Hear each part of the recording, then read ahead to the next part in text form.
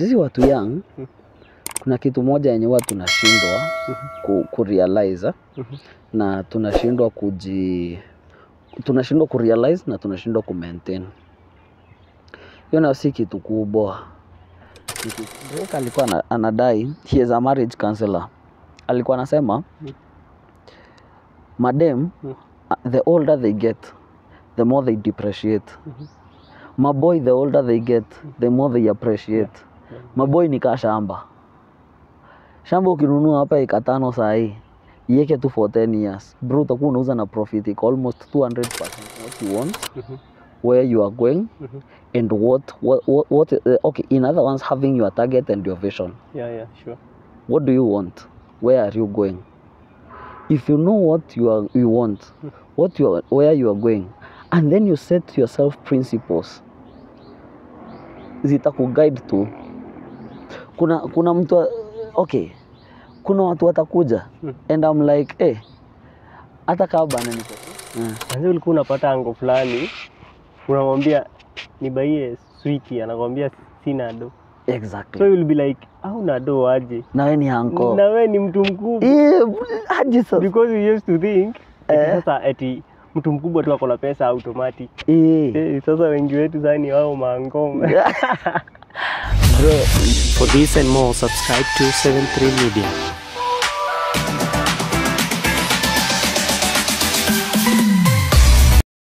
A very warm welcome to you. It's another day, it's another year, another si last ilikuwa tu tulipiga last year. Ilikuwa last year part 1. Part 1 tulipiga la? Ilikuwa last year ama ni this year huko mwanzo. I think this year mwanzo. But it's another month too. So we are back again. Kama uliwatch hiyo video hadi mwisho tulikuwa tumesema to be continued. So the continuation of this video ni na next show umeenda kucheck part 1 manze. Tulikuwa tumepatiana nini? Knowledge. Knowledge with the one and only our Onesmus Bundi manze. Sure. So kwa wale tu hawamjui ama kwa wale wenye wamemsahau kidogo, introduced kwa good morning, good afternoon, good evening, from wherever you are. Kuna good night. Yeah, what from wherever you are and from where you are watching from. My name I'm Onesmus Bundi Morioki, a born again Christian, saved by the blood of our Lord Jesus Christ. I'm a pastor by calling, an engineer by profession. I pastor with the Methodist Church in Kenya, and currently serving at Kikuyu Methodist by the grace of God. And I hope that whatever that we shall have shall educate you. I'm passionate. I'm very much passionate in transforming and equipping a generation. Because most of the Gen Zs now. Because you see, the time when people are equipped, they are able to make decisions. And when people are transformed, they are able to move from one point to another. If you will not be transformed, you cannot be able to move from point A to point B. And moving from point A to point B also require you to be equipped. Yeah, sure. So transformation and equipping, it's my core thing in whatever that I do, to make sure that at least whoever that is seeing me from whatever direction that you are in, there is something that you get out of whatever I say, whatever I do, and everything about it all. Thanks also for inviting again. Thank you. So venye umesema to equip the new generation sasa, you know, actually, not the new. It's a generation. Equipping a generation. Just you know, tumekuwa na generation X, millennial, Gen Z na sahi alpha. Sure. Na unaona sasa kuna ka trend like the generation X manze, au walikuwa wana nini wakiwa wadogo na mayouth walikuwa wanaogopa because of the cultures za hiyo. Sure. Millennials kidogo wanakuja wanaogopa, lakini si hivyo sana. Majenzi sasa waogopi, then sasa kuna hao wenye sasa hawaogopi bado wakiwa hata wadogo. Yeah. So how do you say according to you sasa your childhood, how has your childhood imekuinfluence either positively or negatively when you ulikuwa raised? First of all, acha nianze na penye nimekuwa raised. Personally sijagrow na madhe na mzae. Wow. Mimi nimegrow na magrants. Juu anasemanga mtu amegrow na magrants huwa na ringa but sioni maringa. Yaani kuna tu ile venye bro, acha nikuambie grandfather wangu alikuwa anakurarua unashindwa kuamini. Wow. Yaani unajua nilichapwa mara ya kwanza, wale wengi wamechapwa na nyaunyo, maboys wamechapwa na nyaunyo wakiwa high school. Mimi nilichapwa na nyaunyo nikiwa class 6 bro. Wow. Kwani ulikuwa hell? Lakini hiyo nyaunyo kapitia. Sasa ukienda maandamano hata upigwe na hiyo rungu itakuwa ni katocha, itakuwa ni umezoea. Pia nayo ile discipline nayo yenye nilipewa hiyo time. Kuna vitu haiwezi niruhusu nifanye. Like haiwezi niruhusu nifike point yenye nitafika mahali yenye nitapigwa na rungu. Oh yeah, sure. By the way, because wanasemanga mtoto mleavyo ndivyo akuavyo, ama spare the road. Spoil the child. So sasa hiyo ilikuwa the road ilikuwa on action. Ile kitu nilifanywa hiyo time haiwezi like si ati hata ni trauma zi. Like kuna kitu ndani itaniambia tu bro zi. Na umesema eti huku grow na mzae na madhe, so you want to mean as in walikuwa wapi kwa life yako ukiwa mdogo, like ni wale yani wamekunini tu wamekugive back then wakakupeleka ushago zi mkoro na Buda wali separate na wali separate nikiwa I think I was 1.5. Yeah. So wow. From hapo mimi nikagrow sasa na hata unajua sasa. Fortunately or unfortunately grandmother wangu alikuwa ananishow because alipass last year. Okay. So grandmother wangu alikuwa ananishow like nilianza hiyo like hiyo development ya akili. Mimi nilianza nikiwa mdogo sana. Alikuwa ananiambia niliongea before time. Like vitu mingi zangu zilifanyika before time. So you want to mean uliongea before time, so because of the torture. Unajua kwa Biblia ukijaribu kupitia Biblia kuna mahali wanasemanga punda iliongea ilipika so. Siwezi sema cause ya torture. Yeah. I think okay, it's a mystery. It's a mystery yenye siwezi jua kuelezea. Ni kitu mimi siwezi jua kuelezea. How did I grow? How did I talk before the time when a child is expected to talk? How did niaje nilianza kutembea before time yenye walikuwa na expect nianze kutembea. So me personally sijui. But hiyo ya madhe kuishia inakuanga kitu niliona. Na in some place inakuanga kitu iko in my mind. Sometimes naweza you see kuna vitu naweza ona zitrigger your image. It just appears in my mind and I see how things happened in that duration. So that's it. So venye nilika raised personally out of kureziwa na grad. Unajua magrants kuna kitu moja wanapenda kuambia wazazi, and ile time utakuwa mzazi, make sure you raise your child, cause you see a generational difference, it usually play a very key role in every person's life. Cause unaona grad zangu walinilea venye walikuwa wamelea mzae. So wangenilea kama mzae. Mzae ni Gen X. Mzae wangu si Gen X. Ni millennial. So but wao sasa unaona they are yao ni si hata si yao hata si yao ni CX. Yenye ilikuwa wao ni baby boomers. Boomers ama huko lost generation huko. Hao ni boomers. Cause ukitoka kwa boomers ndio unakam kwa X. Sina? Oh yeah. Leo ukitoka kwa X unakuja kwa millennial. Millennial. So wao ni X. Cause in every generation kuna kuanga na a gap of a generation. Oh yeah, sure. Kuna kuanga na difference ya generation. Ile like mimi si ni Gen Z. So mtoi wangu in a way anaweza kuwa beta, anaweza kosa kuwa alpha, anakuwa beta. Ama anaweza after kuwa Gen Alpha ni beta. Wow. Si ni alphabetical order ya nini ya Greek. Oh. Sasa X, Z inaisha, Z inaisha. Tukitoka Z, si Z ni ya ABCD. So si tumeingia alpha. That is a Greek order. Alpha, then beta.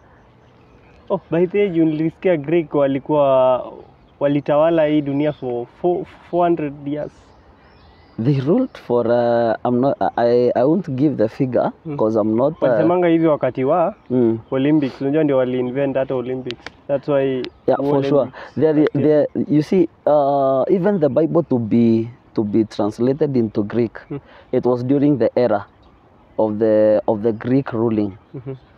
Like the Greeks were the ones it's a Roman Empire that was ruling. So that's why the Bible was translated into Greek. So they ruled for a season, a long season. So tumetoka sasa ABCD, so tumeingia alpha, then next itakuwa beta. Cause unaona kama mzae ni millennial, si ndio? So after millennial tunakuja kwa Gen Z. Mimi wazae wengi wale millennials wenye wamezaa Gen Z ni Gen Z zenye ziko huku mwisho. By the from 1990 hakuna Gen Z. Okay, ni Gen Z zile za mwanzo I mean, sorry. Zile za mwanzo zile za 1990 97 ndio ilianza. That's why wako na watoto hapo katikati. So you find mimi mtoi wangu kama atakuwa alpha huko mwisho ama akuwe beta huko mwanzo. Yeah, sure. You see? So that is a generational difference. There is a difference of a generation. Kuna ka generation kenye katapita so that wangu atakuja sasa. So the moment that a parent ana nurture the child, there is a generational difference. And when a generational difference comes, when like watoi wakireziwa na magrad, watareziwa na magrad, itakuwa that difference of a generation. They don't experience that what they are supposed to experience. They will experience something that is not what they are supposed to experience. Wow. So sasa tuko hapa sasa nao sasa uko hapa. Naona sasa majenzi sasa ndio wanarudi. Like sasa even in the ni sisi kusema sasa because bado June inakaa June mwaka wa maandamano. Last year tuliona the change venye watu walitokeza manze mimi sijaona maandamano kai. This year bado wanasema 25 but 25 watasema itakuwa peaceful, hakuna hata nini because wamekuwa allowed. But how do you see RGNCs doing well, protesting here and there, fighting for their rights? Because by there at the same time kuna watu wanapiga Gen Z wanasema wanafanya mbaya nini. Mimi mwenye anapiga Gen Z I'm never for that person. Because huyu jamaa mwenye amekuja kutetea huyu polisi mwenye aliua msee direct. Huyo lawyer. Because alijiondoa. Aliona sure you sometimes mimi nashangaa na lawyer. Video tu kabisa imeonekana tu intentional tu tumepiga, alafu tena tunaenda kutetea msee. Mimi sitaingilia hiyo story because ikiingia kwa vitu ziko na lawyer whatever hizo sasa zinaingia kwa vitu political na wewe utaingia kwa serikali, utaingia kwa na sitaki kuguzia hapo completely sitaki. Sure. But whoever that is against Gen Z Personally, I usually say I usually stand with my generation at 100%. What is right ought to be told it is right. What is wrong ought to be told it is wrong. Hakuna time utaniambia hii nyasi ni yellow. Hii nyasi ni green, bro. Naka ni green ni green. Kama Gen Z by the way wana job.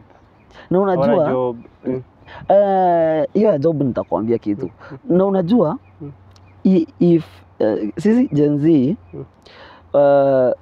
the time of our academics and our time of wakati tumezaliwa na tukaanza ku develop mentally is during the last era of Moi, the time of Kibaki fully and the beginnings of Uhuru. Now in that season we have been educated fully, like sisi bro, hakuna danda kwa Gen Z. By the way, hakuna danda kwa sababu hata the technology is all over. Yes. Na nini? Hakuna danda kwa Gen Z. Sasa hii unajua sasa hii the main problem inasumbua Gen Z ni the financial status.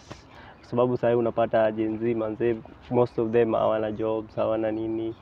So according to you, ukijikompare na how should Gen Z manze kufanya ili at least waweze kujimaintain? Kitu naweza sema tuache kupenda vitu za haraka. Cause tunataka vitu za haraka na unafungiwa nyumba. Wallahi tunataka vitu za haraka. I've been the whole of this week I've been listening to podcasts of different people who I have seen while they are making it in life. Watu kina Eddie Butita. Eddie Butita by the way kina huyu jamaa wa mkurugenzi anaitwa aje jina yake? Abel Mutua. Kina Njugush. Kina Rico Omondi. Kina I have listened to the podcast za the round table. Oh yeah. Na kuna hii yenye Jugush na wife yake wanafanya inaitwa By the Way. I've been listening to all those podcasts.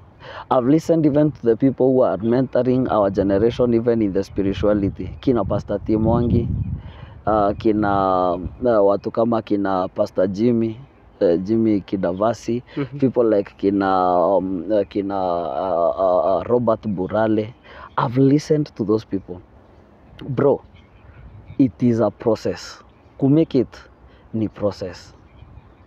Tisa hiyo namsikia vitu anafanya radical things zenyana, the radical influence that he is bringing.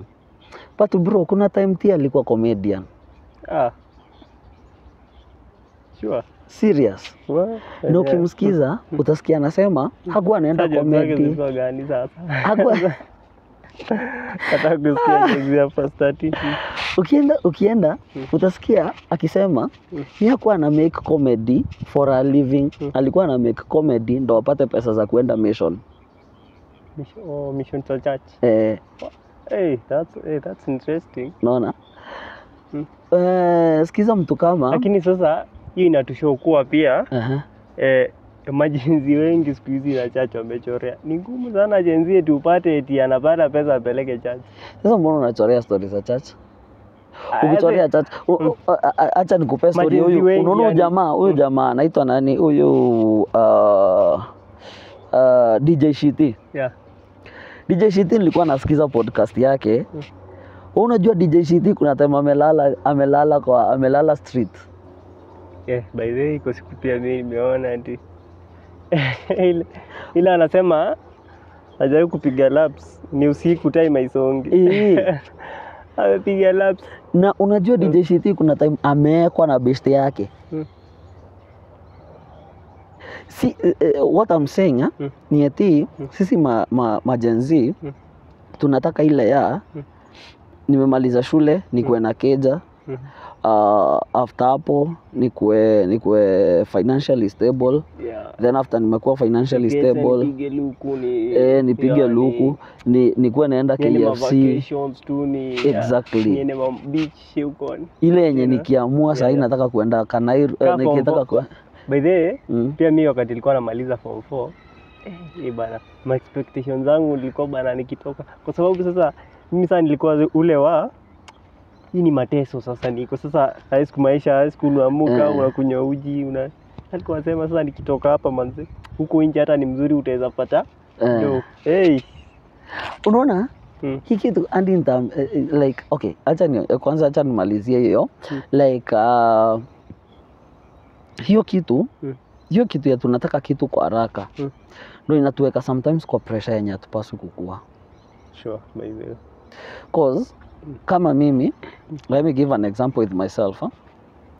Ninataka kuwa huyo pasi mkubwa mwenye nasikika huku, nasikika kule, niko hivi niko vile. It's okay, but ni process ile ya lazima kwanza nilianza shule theological school, nikamaliza theology. Nilipomaliza kustudy theology church, nilikuwa volunteer, like I'm a volunteer pastor, ili ni learn sasa ni aje things zinafanywa. After nimekuwa volunteer pastor, sasa nimekuwa youth pastor. Unaona? Lakini volunteer sasa si ulipwi sasa? Bro, unapewa appreciation. Like na hiyo appreciation itatosha rent? Wapi? Haitoshi. Ni rent, labda tu useme rent. Hiyo story imeisha hivyo. But kuna kwa na food. So kukula ni wewe. Kwa unashinda church kila siku bro. Sasa ni volunteer. So kwa ni attachment. So utaenda kukula utaenda unakula church eti sina food kids. Church nayo wapiki vile. Unless kuna ka function kaka seminar sasa. Exactly, kitu kaa hiyo. Itaku budget. But sasa imagine okay, nimekuwa youth pastor. After kuwa youth pastor, I'm looking forward to advance. Then as we go, as life moves, you are keeping on advancing from one stage to another, one level to another. But haitakuja haraka vile unahitaji, cause nimekuwa volunteer bro, nimekuwa volunteer for 4 years. Wow. Volunteer 4 years. Sijui nitakuwa youth, okay, God willing, by God's grace and by his plans, sijui nitakuwa youth pastor for how long. Then I will move to another level. Until ile point utafika now, you are the pastor T of your time. Yeah. Pia wewe kama hii channel yako unajua si tu ulianza vile uko sasa hivi vile ulianza. Hata mimi kwanza sasa niko na story. Unaona? Vile ulianza si venye uko sasa hizi. Na tuna expect vile uko saa hii si venye utakuwa kesho, and years to come si hivyo utakuwa, because hata naona progress. Exactly. Mali nilikuwa last year si mali niko this year. I believe next year si. Nakumbuka tukifanya ka show fulani nilikuwa na graduate. By the way, yeah. Like watu walipenda by the way. Life is a process. Hakuna time utakai amka siku moja ujipate tu uko mahali unapaswa kukua. Uta build up one step at a time. Sure. Lakini sasa the knee of it all kitu inanishangaza na hizi vitu zote, ndio vitu yote yenye umebuild itafika time ukufe na uziache. Hata wacha kusema hivyo. Inakaa tu break. Inakaa tu kuambia. But sasa unaona naye God anasema hizi vitu si zetu peke yetu. They are for us and our children's children. So vitu una build saa hii, you may not enjoy what you are building, and you may enjoy partially, but there is the one who will enjoy completely, your son. Yeah, your kids by the tamu unapeleka mtoi group of schools bro, ana feel na pia una feel yenyewe nilifanya kitu. So that's why now ninakuja kwa ile point ya ile point ya wazazi, ile like unaona venye umelea mtoi, venye umemlea, acha kuacha mtoi bwana aende akaenjoy vitu za wazazi wako. Wacha enjoy chenye wewe you are. Pitia challenges na mtoi, agrow akijua resilience, agrow akijua cause kama Masako kuna time itafika Masako atakuwa anakuambia mimi nataka shuge, Mtoi wako hajaijua eti anaweza kosa shuge kwa nyumba. Cause masako akikupigia kuambia nahitaji shuge. Wewe uta work hard by all means umtumie shuge. By the way, kwa sababu tuko young, manzi ulikuwa unapata ango fulani, unamwambia nibaie sweetie, anakuambia sina do. Exactly. So you'll be like, hauna do aje? Na wewe ni anko. Na wewe ni mtu mkubwa. Aje sasa. Because you used to think sasa eti mtu mkubwa tu ako na pesa automatic. Sasa wengi wetu sasa ni wao maangoma. Bro, nilienda home siku ingine hapo. Ndo mtoi wa kazini yangu man. Tunapatana naye tu mahali. Ako like, anko ni aje? Ama na nimeanza kuzeeka by the way. Hiyo kitu ni by the way hata ni push me ni wakua. So unaona? So that's the trend of it. Like tukuje tena sasa kwa hiyo question yako ya job. Job opportunities they are very low. Sure. But mi huambia watu even church wanasemanga kuna kitu God ameweka ndani yako yenye hakuna mtu mwingine ako nayo. Hii channel yenye uko nayo, mimi saa hii bro niseme eti naunda channel. Kama vile sasa saa hii tuna discuss mimi hapana, mimi siwezi. By the way, you sometimes na wito bana. Mimi siwezi. Na maybe na wewe ukiambiwa uende church ukahubiria watu. Ni tricky. Ni tricky. Unaona? Yuna kazi ya church ni hiyo kazi yenu. Because first, dealing with people are very stubborn. Bro. People are very stubborn. That's the thing I know. I understand. Basi sasa unapata hiyo kitu God ameweka ndani yangu. Mimi naweza handle to the best. Sinanga stress, sinanga nini. Yes, watu watakuja wakuwe stubborn, wakuwe kila kitu. Sasa hii mbona watu wakiombeanga wengine ulala chini? Mimi sionangi kama mimi naweza fanya hivyo. Gani ya kulala? Sijui yaani wale wa kuombewa wanaanguka nini hata mimi nilikuwa kama wewe once upon a time. Nilikuwa hiyo ya mimi siwezi. Bro, hiyo kitu inakuanga mystery. But let me explain it just in a layman's language. It is where you are you are overpowered by the Spirit of God. Sio kwa ukweli. Yes. Kuna zile za ukweli. Kuna ukweli ya Bungoma alisema alilipwa za pesa aenda anguke kwa chachi. Kuna za ukweli na kuna drama. So unapata mimi si uongo, wala mimi naona hii ya kulala sana ni drama. Hiyo time ya drama according to me yani. Unapata hizo za ukweli na drama huwezi jua kuweka the difference. But mi huwa nasema you see like acha nikwambia bro, one day itafanyika kitu ikuwe hivi like no yangu mimi ilikuwa personal experience. Kuna mtu hajawahi amini, but ile time tena nimwambia mimi sijailipwa, but bro nilianguka, hata sikujua time niliamka ndo niko like nilikuwa nimeanguka bro. Yangu feel aibu. Ukiwa tu pasta ama wakati ule sasa ulikuwa una nini? Hata nilikuwa shule. Kuna one of my fathers, Pastor Jimmy Kidavasi, akakuja pia kuhubiri. And so alipomaliza na watu wote ndo anasema I feel the Lord is directing me to someone who is the last person. And then akaniita mimi na bro yangu Henry Karani. Akatuita. Bro time naamka ndo naamka najipata pasi mzima bana alianguka. Lakini si eti ni mimi, si eti nimelipwa nijiangushe na si eti nimejiangusha. Ni ile it's a mystery kitu uelewi hata wewe. Ile yani uko much into it manze, your mind imebebwa yani hata ujielewi. Yes. The Lord has just carried you away. Na sasa kuna hiyo ya drama.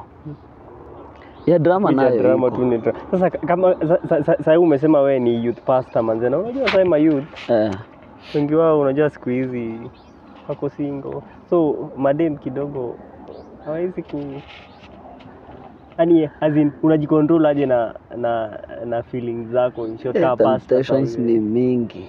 Kuna dem manze amekucrush kita sawa, ataweza kuwa amekucrush. Na kuna wenye wako na courage wanakuja kukuambia mimi nakutaka wewe. Of course. Kwanza sasa wewe ni youth pastor, Gen Z, uko single. Yeah. Hey. Yani temptations iko east, west, north, south. Hata mahali penye umesimama ndo ujue east ni wapi. Hapo bado hizo temptations ziko. But one of the things I do consider there is a discipline. Be disciplined enough in that kwa hii channel yako kuna vitu huwezi ruhusu zikuwe shared. Yeah, sure, na kuna vitu pia wewe mwenyewe huwezi share. Na kuna vitu hata tukua tuna discuss, kuna vitu hata mtu akiongea utaenda ukat hiyo part cause kuna vitu huwezi ruhusu zikuwe kwa ni yako. Same applies. Nayo hiyo inakuja na nini? Knowing what you want, where you are going, and what okay, in other words, having your target and your vision. Yeah, sure. What do you want? Where are you going? If you know what you want, where you are going, and then you set yourself principles, zitakuguide tu. Kuna mtu okay, kuna watu watakuja and I'm like hata kama bana niko single siwezi jieka ligi ya huyo dem. By the nani upoe. Unaona? Cause najua nini nataka. Najua ni wapi naenda. Na najua principles zangu ni gani. Kuna dem atakuja. Mimi namjua vizuri kabisa. Huyo dem Friday utampata. Utamuona Monday. As in kuna sasa siku hizi ni hoja majenzi wako na courage. Kuna tu dem anakuja church, ako present church tu juu ni wewe ana mark. Of course. Lakini unajua you know kuna unaona ile ya hit and run. Hit and run bro, that is one of the things senyata sijaifikiria. Why? Cause like huyo dem amekam. Yes.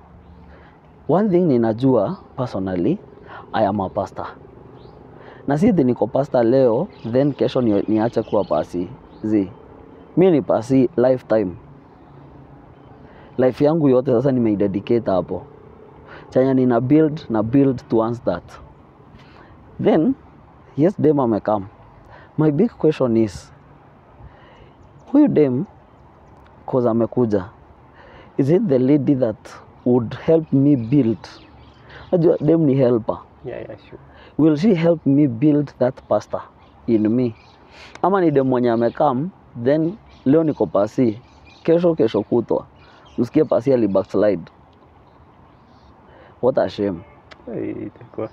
What talk of the town. Unaona? Ama usikie dem amekam, God forbid. Ati bibi ya pasi ameishia kwao. So wazee wa kanisa after service unasikia wazee wa kanisa tupatane tuende wife ya pasi. Kuna story na huku Nairobi kwa bibi ya pastor aliiba nini ya matanga. Nini? Pesa ya matanga 240,000. Sasa hiyo unaweza explain aje? Sasa wanasema so according to Kenya, unajua Kenya is a very wild. Wanasema haikosi walichora deal na huyo pasi. Then waende wako. But sometimes unafikiria unasema pastor pesa ya matanga. Yani inakaa weird, yani inakaa too weird. Of course from people's experience, and them who have an advice in matters of marriage. Unaona wife yako venye atakuwa anaonekana huko nje. That is how you are viewed. Na venye wewe unaonekana huko nje, that's how your wife is viewed. Is an exchange program. Like ni kitu yenye vinyo watu wananiona mimi si ni pasi. Kuna mtu akiketi somewhere anajuanga wife mwenye Onesa atapata ni wife mwenye anatandika neno wallahi, mkimuita kesha anawatandikia neno vizuri, anahubiri mpaka nyote mnasikia anaweza kuokoka mara ya pili. Kuna mtu hiyo ndo anakuanga nayo. But kuna wife mwenye sasa atakam venye nitakuwa ndivyo yeye atakuwa anaonekana, na venye yeye atakuwa ndivyo mimi nitakuwa naonekana.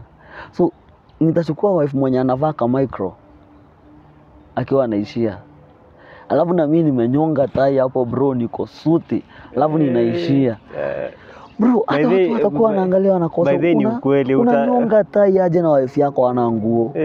By the hiyo na ni ukweli because hawezi kuwa mzee tu mwenye unakaa hata ita change even thinking ya wase. Of course kwa eti tume vafiti demi yako tu anakaa ama bibi yako tu anakaa tu the drugs, yani unajua kuna mtu unaona tu anakaa nikaa anauza. So that's it. So ni kujua tu principles, nijiweke principles zangu ile like naenda hivi, sitoki hivi, siwezi fanya hivi, then nijue where am I going, so and what do I want. Sasa tuko na majenzi yenye washani washapata, yani wako tu ndio wataweza kuwa wajaoana but wako pamoja nini, but do financial do sahi utaweza sema watu waanze chini.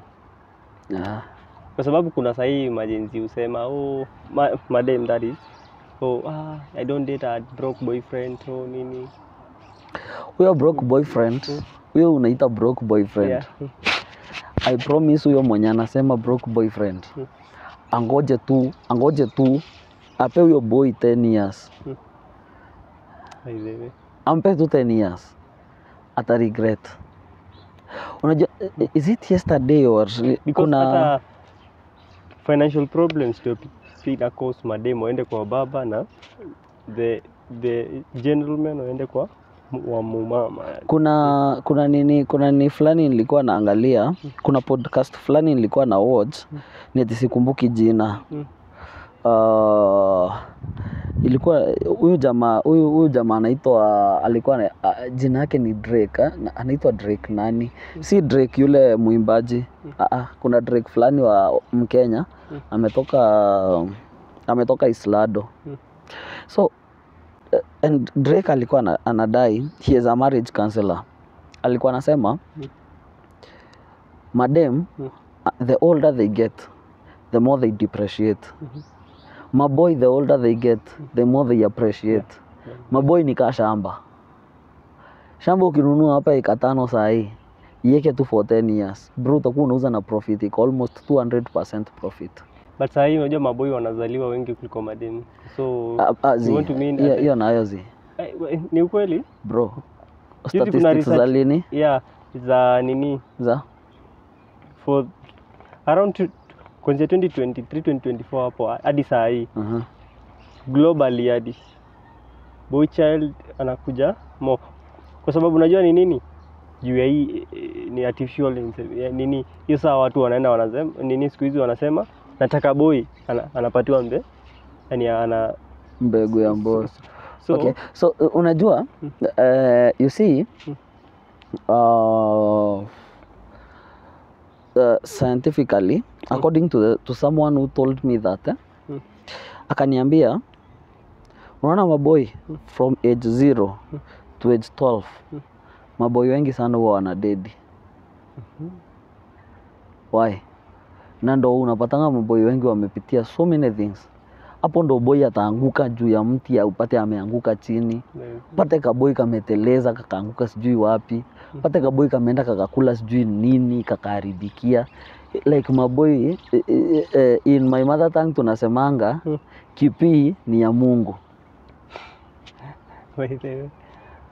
Hata baada akiwa mkuu bado ni wa Mungu. Yani unapata boy child ni go tu anamshikilia. Unapata tu kaboy kameenda tu kameanguka sijui ni wapi kameishia. Kaboy but girls unapatanga kamechungwa Kamechungwa vizuri sana. So unapata season yao ya kupass like unless ajitakie sasa from time amemature in age and all that and all those things. So na unapata now when we grow up ina change, ina alternate, inakuwa ladies are so sensitive than boys, cause maboy kama umepitia hiyo ka season kote na ukasucceed bro, hata mwili imejenga immune nyingine kali sana, hata mwili imejenga ka immunity kengine kenye unaweza gongo hapa na jiwe tu alafu uko like nimeguzwa tu kidogo alafu naishia, cause hiyo utoto hiyo imekukausha. So swali ilikuwa story ya financial status ya so ilikuwa so unaona huyo dem mwenye amesema date boy mwenye ni msoto, huyo boy mwenye umesema hautaki kumdate cause ni msoto, there is no time tapata boy mwenye ameanza pick. I have an example kwa familia yetu. I have an uncle of mine and an aunt. The reason ninapeana hiyo example ni cause hao ndo tumegrow tukiwa tuna interact. Nimegrow na wamegrow tukiwa tuna interact. Do you know time niliwajua, time yenye uncle yangu aliintroduce auntie yangu. Auntie yangu alikuwa ananiambia walikuwa wanakaa kwa bed sitter wote wawili. Then time walioana walikuwa wanakaa kwa 1 bedroom. Unasikia hiyo ni eti wame advance. Na auntie yangu alikuwa ananiambia walianza kwa single. Kale kona 4 za nyumba. Ile like ukiamka kitchen unaiona ndo hii alafu katebo ndo waka. Na kiti yenu ndio hii. Wakaenda bed sitter. So time sasa walioana wakiwa 1 bedroom. Then waka advance tena wakaenda 2 bedroom. So hiyo 2 bedroom sometimes nilikuwa naenda kuwatembelea, unapata nimeenda huko ni spend night. So tunalala mimi mfanyikazi. Kitanda ni double decker. So wao si wako bedroom yao. Hii bedroom nyingine napata ni double decker, so mfanyikazi analala chini, mimi nalala juu. Then waka advance wakaenda 2 BR, wakaenda 3 bedroom. Na that's how they have been moving from one step to another. Sai bro wanaishi Karen.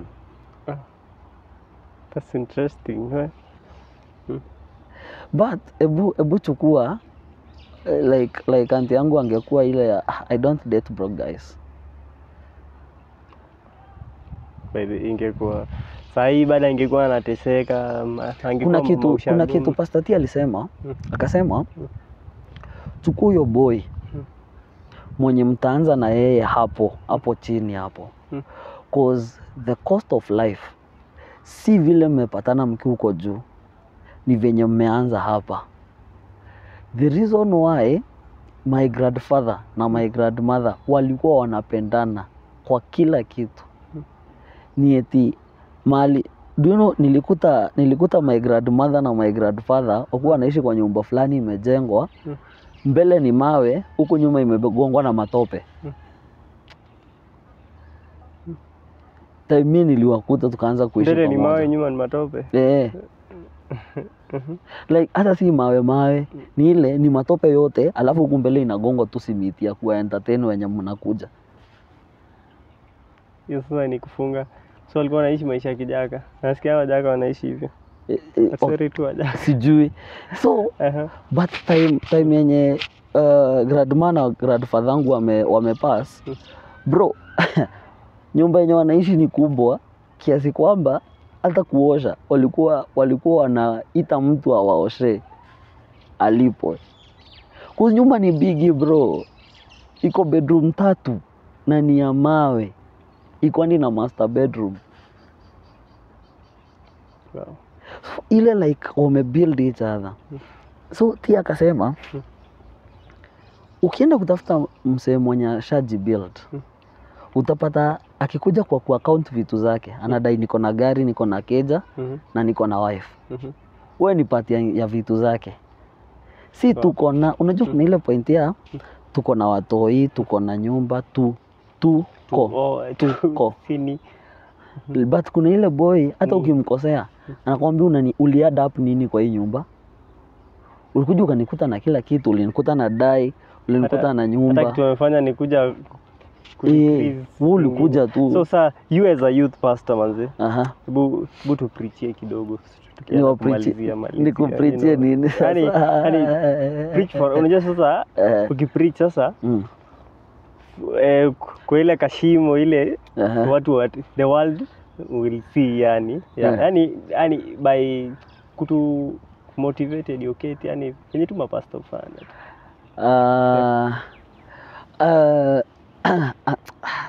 Mimi sikuangi sana motivational speaker but acha niongee tu with my colleagues, the young people, including me. Yeah, sure. Sisi watu young kuna kitu moja yenye watu tunashindwa kurealize na tunashindwa kurealize na tunashindwa kumaintain. Hiyo si kitu kubwa. Ni kitu tu inaitwa faith and work. Faith without action is dead. Sure. But now you are not justified by work. You are justified by faith. Before God, hakuna time utaenda na chenye umefanya. Kwa God utaenda na faith. Chenye unamwamini. Na mayouth wengi tunakuwa tuko deviated, tunadeviatiwa from ile kitu yenye tunaamini. Like I personally believe in God. But unapata kuna season inafika in my life naona ni kama vitu zimekuwa at the last point. Na zikifika hapo unapata msee anadai. So for me kitu yenye naweza fanya ni kudeviate tu. Na unasahau that the moment umedeviate mwenye amekusaidia kufika mahali umefika ndiye tu anaweza kukusaidia kufika hata hapo pengine penye unahitaji kufika. So una deviate, but the moment we maintain our faith, the moment we maintain that thing that has made us to be whom we are, the moment we are unable to maintain it, then even the future is not guaranteed. Wanaambia wase, personally I believe in God because even the future that is very uncertain, it is very certain in God. Like God amenipea certainty. Cause kuna kitu alikuwa amenipromise earlier. Kama God amenipromise that I will make you great. Nimeona kutoka nikuwa mtoi, nimecheki nikaona enyewe by the way venye tunaendelea, ndivyo anaendelea kuniimprove each day as it goes. So I am very sure hiyo kitu yenye niko uncertain nayo, yeye ndo ataifanya ikuwe certain. Pia kuna wase wenye huwa wanadeviatiwa kutoka kwa kitu yenye wako nayo out of the things you have gone through in life. Acha niongeleshe boy mwenye umepitia torture in life, that umeishi life unaona this life is not supposed to be me, I'm not the person that I'm supposed to be. Na kuna boy mwenye umepitia vitu like umegongo character development mpaka unaketingi hivi unakosa bro, hii life ni yangu. Sometimes hata unajaribu kujiuliza, seriously? Kwani nini sina? Kiasi hata ufike kama Willy Paul kusema eti nimetembea kwa muda mrefu nikitafuta mchumba na sijapata. Kwani mimi sina sura? No, si sura hauna. Acha niongee na huyo dem mwenyewe. Like dem amepitia vitu in life. Sometimes hata akiwa mtoi, maybe kuna mahali alipitia akakuwa tortured data na mzazi wake. Maybe anko yake akaenda akamrape. Yeah, by the you happen. Unaona? Then bro yake, badala bro yake amprotect, bro yake akamsideline. Then mpaka huyo dem akalusandi self esteem. Anajiona the only thing that ninaweza fanya ni kuwa naishi tu Kayole. Okay, si Kayole, but nilikuwa naishi Koinange. Yeah. na time yake sema tu ajipeane time yake ya kutokea ni kutoka 7 pm akitafuta mzee mwenye atabai. The real thing that we need in this life is God. God gives you the ultimate thing of whom you are. Na kama ni dem, acha kuwa leo uko. So just sasa, the main problem ni patience manze, kwa sababu sometimes if you are in a pain, sasa ukifinywa hivi mkono kuna venye utasema unaniumiza. So sometimes pain itafinya mse, yani that the somewhere that he or she is for the life itamfinya manze hadi aseme manze God manze kwani uko wapi manze. Sometimes so can I tell you patience tu ndio unaona time yenye my grandfather amepass. Unajua my grandfather ndiye mzae kwangu. Na that is the man who was my superhero, because the first superhero for a man is the father. Ndiye mzee anakufunzanga ni aje unapaswa kunyora. Na unasikianga hata madhe ukisema nataka kususu, madhe anaambia mzae mpeleke. Kwa hiyo ndiye mzee anakufunza kunyora, ndiye mzee anakufunza kuongea, ndiye anakufunza ni saa ngapi unapaswa when are you supposed to come at home, when are you supposed to do this and the other. Ndiye anakufunza hata si mnachomanga nyama kwenu bro. Nikina nani wanaendanga kuonyesha hizo mastafu? Aje? Si mnaendanga kuchoma hizo manyama? Yeah. Nikina nani mnaendanga kuchoma na wao? Ni wazee tu. Exactly. Cause mzai ndiye first superhero wa mwanaume. Time my grandfather alipass, chaplain wa AIU, African International University. Akakuja akasema kitu place tulikuwa, akasemaje, the person who God uses most is the person that he hurt most. Sure, by the ukiona God amekupeleka point yenye unakosa nitafanyaje, what he has for you in store is only that he wants to break you completely, that you will be no longer you, it is him who is seen in the picture. Because mi ungeniuliza ni aje nilifanya degree after kupata D+, mi siwezi kuambia bro. Na kukuwa na do like home kukuwa na do completely, ile like eti nimelipiwa do ya semester imeisha. Nyumba home kukuwa na do completely. So how did you maneuver? So nilipomaliza high school actually nilisomeshwa na Compassion International. Compassion, yeah. Then after Compassion International nikaingia technical institute, nikafanya SAT. Hiyo SAT bado nilikuwa nalipiwa na Compassion International. After nilipomaliza SAT nikaingia diploma. No, diploma nilikuwa nalipiwa partly na Compassion, then hizo zingine nalipiwa na Well Wishers. So nikalipiwa na like my diploma nilifanya kulikuwa na fundraiser church yetu. Hiyo fundraiser ikanirezia funds za kufanya diploma. Nikadai sasa malizia kwa diploma, nadai kuingia degree. Kuingia degree hakukuwa na do completely. Do you know, niliregister degree nikiwa na 30k. 30k ni do yenye napaswa kuenda nitafuta keja, ninunue vitu za keja, cause diploma nilikuwa naishi hostel. Na singeendelea kukaa hostel cause hostel is more expensive. Then nitafuta vitu za nyumba na bado nilipe do ya kuregister units. Which hey, that's so nilitumia 20k kwa kujipanga, 10k zilikuwa za kuregister shule. But bro, nilimaliza degree nikiwa sina deni hata shilingi. That's so motivating. All coming from the Well Wishers. Cause I looked at things and I saw the only person who can help me maneuver ni come out ni God. Kama si God, hakuna kitu kingine. Yeah man, why? By the way, your story is so much interesting manze. So ndo naambia wa my youth, hizo vitu zenye unaona ukipitia. The ultimate thing that we need in life si mbabas si sugar mommy si kutumia madre si kuenda like doing the things that are illegal. The only thing that we need is God. Kama si God ni God. Hakuna kitu ingine. Kama si God ni God. Kama si God ni God. Yeah.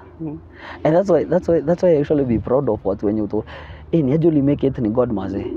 But wacha hiyo God maze kuwe realistic.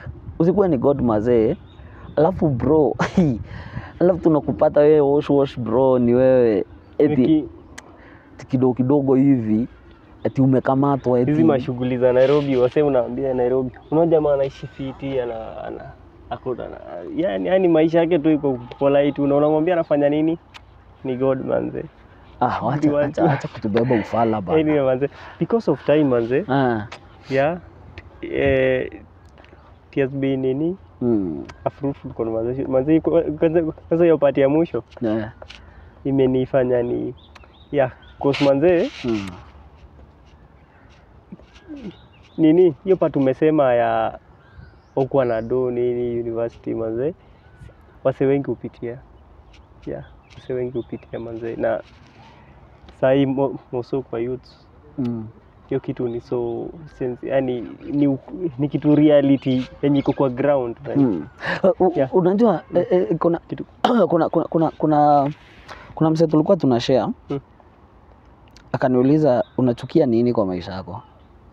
Nikamwambia nachukia poverty. Mimi maskini bro. Maskini mbaya. Nachukia. Acha nikwambie. Kile kitu yenye nafanya kwa life. Personally, I'm doing everything against poverty. Mbona niko hapa kwa hii podcast? Because I'm against poverty. Baby. Because kama saa hizi time tunaongea, someone said the best investment that you can ever make in life.